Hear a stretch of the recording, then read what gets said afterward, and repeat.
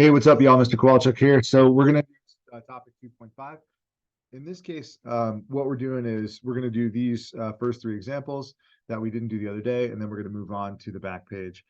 So today's video is important, so do your best to pay attention and get what you can from it. In this case, the data, what we will notice is that sometimes the exponential function does not display a proportional growth pattern. This is because the function has been shifted vertically. It's been translated up or down. But if we can add or subtract a constant from the output values, the y values here, f of x, g of x, and h of x, to a proportional growth pattern, then the initial function was also exponential.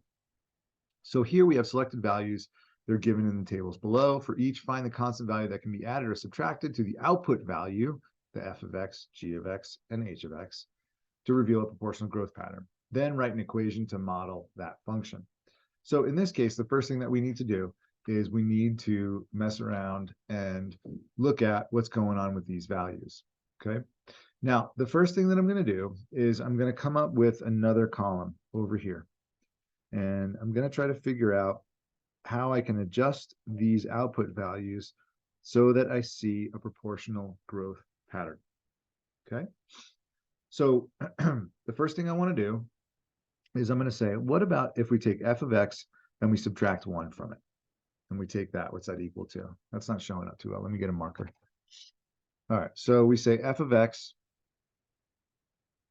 minus 1.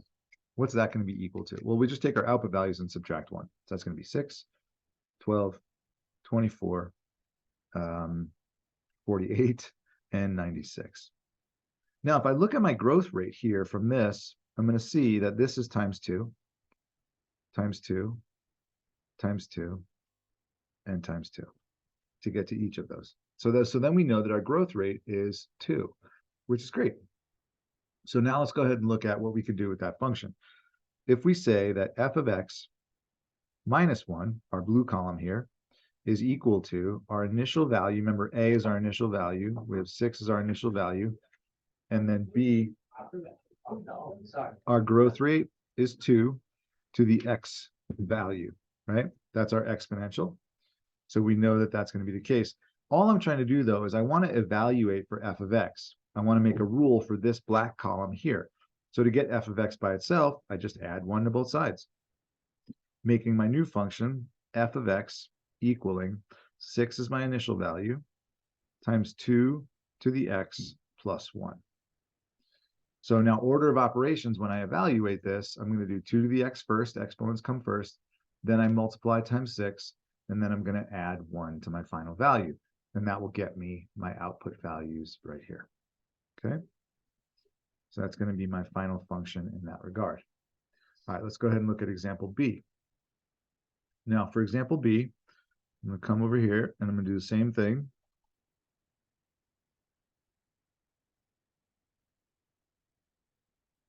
So I've got g of x, and I'm going to do this next part in pencil because it's a little trial and error. I'm going to try plus 1. I'm going to add 1 first to that and see what happens, okay?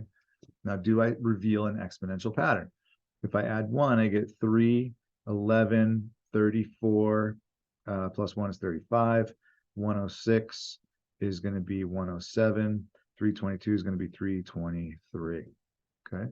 Now, these are kind of ugly numbers. 3 and 11, I can't figure out what that proportion is. 11 and 35, 107. So those numbers don't help me out. I don't see the relationship between these three numbers, right? I can't multiply this and that and that. So I don't know what's going on there. So plus 1 isn't going to work. So let's go ahead and we'll try to add 2. And we'll see what happens. 2 goes to 4. 10 goes to 12. 34 goes to 36. 106 goes to 108. 322 goes to 324. Okay, now I can see a pattern here. This to there is times 3. 12 to 36 is times 3. 36 to 108, let's check that out. That's times 3. And then what's our other one? 324, 108 times 3. That's 324 also. Okay, so each of these are multiplied by 3. So that means that our growth rate for that is going to be 3 also. Or remember, B is our growth rate, so that's going to equal 3. So now I'm going to use g of x plus 2 as my initial function. So I'm going to say g of x plus 2, which revealed my exponential, times 3. That's going to equal my initial value, which was 2. Oh, sorry, I apologize. 4. That's my modified initial value. But I have to subtract this 2 from both sides. So I have to remember that. I have 4 as my initial value times my growth rate, which we said was 3, to the x power. Now, if I'm solving for g of x, I have to say g of x is equal to, subtract those 2's from both sides, 4 times 3 to the x minus 2. That's going to be my exponential function for g of x that follows this rule. Okay. Again, exponents come first, then multiplication, then I subtract 2. So if we were to plug in 0 for x, 3 to the 0 is 1, 4 times 1 is 1, minus 2 is 2. If we were to plug in 1, 3 to the first is 3, 4 times 3 is 12, minus 2 is 10. So our rule checks out if we keep going down. All right, we got one more. You're welcome to try this one on your own and pause the video. Again, we'll make our third column and we'll try to modify it to see what our new rule is going to be so that we can see our numbers, h of x. Okay, now like we started before, I'm going to add 1 to both. So 63 is going to become 64. 31 is 32. 15 becomes 16. 7 becomes 8. 3 becomes 4. Okay, so right away we can see that what we're doing here is we're dividing by 2. Now, dividing by 2 isn't going to give me a growth rate, right? So in this particular case, I can write this in a couple different ways. I divide by 2, and I can divide by 2. Now, and remember, dividing by 2 is not our growth rate. So our growth rate is what we multiply each number by. So dividing by 2 is just equaling multiplying by 1/2, right? So we could say that's our growth rate. We could also say that our growth rate, b, in our exponential, is 2 to the negative first power, right? 2 to the negative first power and 1/2 are equal to each other. Okay, so that's one way that we could do it also. So we've got plus 1. So I have h of x plus 1 equals our initial value of 64 times our growth rate of 2 to the negative 1 to the x power. Okay, so now we have h of x plus 1 equaling 64 times 2. Now negative 1 times x. This is power to a power rule. So that gives us the negative x power. Subtract 1 from both sides. So h of x becomes 64 times 2 to the negative x minus 1. Okay. All right. Now, some of you are like, but Mr. Kowalczyk, I don't like that negative exponent there. How else could I write it? Well, what we could do in that case, and I'll do this in pencil. Let me see if I can squeeze this in here. If we were to change this to 1/2, it would just be 1/2 to the first, and then our x would be positive. So we would have h of x equals 64. This isn't going to fit. 1/2 to the x. And then down here, we would have our minus 1 after that. So kind of squeezes in over there. But that's how it would look if we just use the 1/2. Not all of us love this 1/2, but we do see it as a fractional growth rate between 0 and 1, which means it's going to be exponential decay. So if we were to graph this just for fun, our y-intercept would be positive 64. And because we're decaying, then we're going to go towards 0. But we have this negative 1, which shifts the whole thing down 1. So our initial function would be 64, and then we would approach 0. But with this minus 1, everything comes down 1. So we shift, and we have our asymptote not at 0, but at negative 1. Okay, just for thought. All right, let's flip on over, and we will look at natural base E. Natural base E is also referred to as the natural log. This was from Algebra 2. Okay, it's a number which is approximately 2.718 and it's often used as the base in exponential functions that model contextual scenarios. Contextual scenarios means real life scenarios. It often deals with living things, growth and decay of living things, but not always, okay? So for example 4, the number of bacteria B, oh, you need your calculator for this, by the way. The number of bacteria B in a particular culture can be modeled by the exponential function B of t equals 17 e to the 0.31 times t, where t is measured in hours. So what we're doing is we're looking at the number of bacteria that are growing after a certain number of hours, right? In a particular culture, like a petri dish or something. So here we're saying let a of t equal a times b to the t, common exponential form, be an equivalent expression for b of t. Find the value of a. So in this case, what we're asking is they just want us to find the initial value of a. So there's a couple ways that we could do this. The first thing we could do is we could look at our exponential function and say, what's our initial value? Well, if we know that b of t equals 17e to the 0.31 t, and that our typical exponential function is y equals a b to the x, where a is our initial value, b is our growth rate, and x is our exponent. We know that the 17 is just in line exactly with the growth rate. B is our base, e is going to be that exponential base, excuse me, the numerical base, and then x is this whole 0.31 t thing here. So from there, and using that technique, we could just say that that a is equal to 17 because it's our initial value right there. Now, if you're not satisfied with that and you want a little bit more explanation, we can talk about it in a different. So let's go ahead and look at what that would be. So first off, what I would say is that a of 0 could equal b of 0, or the number of bacteria at time 0, right? So that equals a times b to the 0. I don't know what a or b are in this situation. I'm just imagining what they are. But I do know that anything to the 0 power is 1. So this really equals a times 1, or just a, right? Now, what that tells us is that if we evaluate this function up here and we make t equal to 0, then this whole thing here also becomes 1. E to the 0 power is going to be 1. Therefore, b of 0, if we plug 0 in there, it's going to be 17. So therefore, a is also going to equal 17. Okay, that's all that's left over. Did two different explanations for the same thing. Now, next one, find the average rate of change of b of t over the interval from t equals 1 to t equals 7 hours. Now, remember, average rate of change is equal to the change in y over the change in x, or b of 7 minus b of 1, right? We find our y values for 7 and our y values for 1, subtract them, divided by the change in x, which is just 7 minus 1. This goes back to chapter 1, okay? Now we plug this into our calculator, and what we get is 17 e to the 0.31 times 7, right? Because 7 is our input for t, minus 17 e to the 0.31 times 1 divided by 6.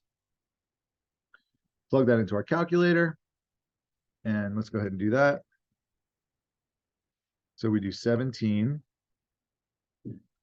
Where's e? E is underneath log, so second log, 0.31 times 7, close parentheses. Scooch over to the right, minus 17 e to the x, 0.31 times 1, close parentheses, equals 125.721. And I divide that number by 7 minus 1, or 6, divided by 6, and that gives me 20.952. Let's always round to 3 decimal places. So we say it's about 20.952, and that's our average rate of change, okay? All right, now, this next part's going to involve some new calculator stuff, so please focus in what we're doing. Find the value of t when the number of bacteria in the particular culture is 1,000. Now, what we know from our initial function is that b of t tells us how many bacteria we have in this initial function. So that means that we've got 1,000 bacteria equaling 17e to the 0.31 times t. And what they're asking us to do is solve for t, right? To find how many hours it takes to grow 1,000 bacteria. Now, there's a way to do this with exponential properties and log properties, but we haven't done that yet. So let me show you the way that you can do it in your calculator. And you do need to know how to do this. So follow along, make sure you know how to do this. It will be on the test. So just want to be clear about that. All right, so clear. First thing I'm going to do is I'm going to go to y equals, and I'm going to plug in my two functions. Okay, so my first one is 17, second e to the x, and then I do 0.31, and then I multiply that by x. Okay, so just make sure you're there. We've got 17.31, 17e to the 0.31x value. Now, the next thing I'm going to do is I want to know when that graph is going to be an exponential growth graph, right? It's going to go up. I want to know when that's going to be at 1,000 on the y value, right? Because this 1,000 is our output, and we want to know when the hours give us 1,000 bacteria. So all I'm going to do is I'm going to draw a straight line, 1,000, across that graph. So I'm going to make my y2 value equal to 1,000 so that when that line of 1,000 crosses my exponential, that intersection will be the answer. Okay, so let's take a look at that graph and see what it looks like. All right, cool. So that works out. Now, if you didn't get that graph, it's possible that your window is not accurate. So your windows, I changed my window values here earlier, so this worked out. Now, what you'll notice is that I set my x max equal to 100. And that's going to stretch the graph out sideways to make it a little bit more visible. And then I'm going to go down to y max, and I set that to 1,200 because I wanted it to be a little bit above that 1,000 value. So that way I could see where it is. Yeah? Okay. So I've got those, and then I go back to my graph. But I still need to know what's that point right there. I need to know it exactly because I have to get an answer where the 1,000 meets my exponential growth. So what I'm going to do in that case is I'm going to go to alpha trace, or no, I'm going to go to my calc options. So second calc, and then there's this number 5. There's this 5 intersect option, and that's what I want to choose. So I'm going to tap 5, and it gives me the first curve. Do I want the first curve? No, I don't want that. So I'm going to hit enter again. The second curve, no, see, there's my cursor. That's not the intersection. I want to get closer to the intersection. So I hit that. Do I take a guess? Well, I'm still not at the intersection. Let me hit enter again. Oh, now I'm at the intersection. And it tells me right down here that my intersection is when y equals 1,000, x is going to equal 13.1436. Now, if we round to the third decimal point, this 6 tells the 3 to go up to a 4. So that tells me that at approximately 13.144 hours, I'm going to have 1,000 bacteria. Okay. So T is approximately 13.144 hours. That's how long it will take to grow 1,000 bacteria in this particular circumstance. Okay. All right, let's do another practice problem. And if you want to do this one on your own, you're welcome to. I would encourage you to follow along as well. This is a similar problem, except the base is going to be different. All right, example 5 says, after 50 deer were introduced to a large wooded area, the population of deer can be modeled by the exponential function d of t is a times b to the t, where t represents the number of years since deer were first introduced into the wooded area. The population of deer increases, so growth, by 13% each year. There's one other thing that I didn't underline, which is 50 deer. That's the initial value, right? So they tell us what the initial value is. So there's a couple things that we can write down from this. So we know that A is our initial value, which is going to be that 50 deer. B is our growth rate, and we have to figure out what that is actually going to be.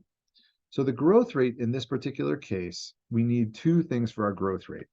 We need 100% of the initial deer plus 13% per year. So that's gonna be our growth rate. Well, this is a percent, and we can't have a growth rate be percent, so we have to write it as a decimal. 100 plus 13 is going to give us 113%. We have to write that as a decimal, which is equal to 1.13. So 1.13 is going to be our growth rate for that particular deer population. So now we have A and B, and we can use these values to write an expression for D of T. So A is equal to 50. It's our initial. Our growth rate B is equal to 1.13.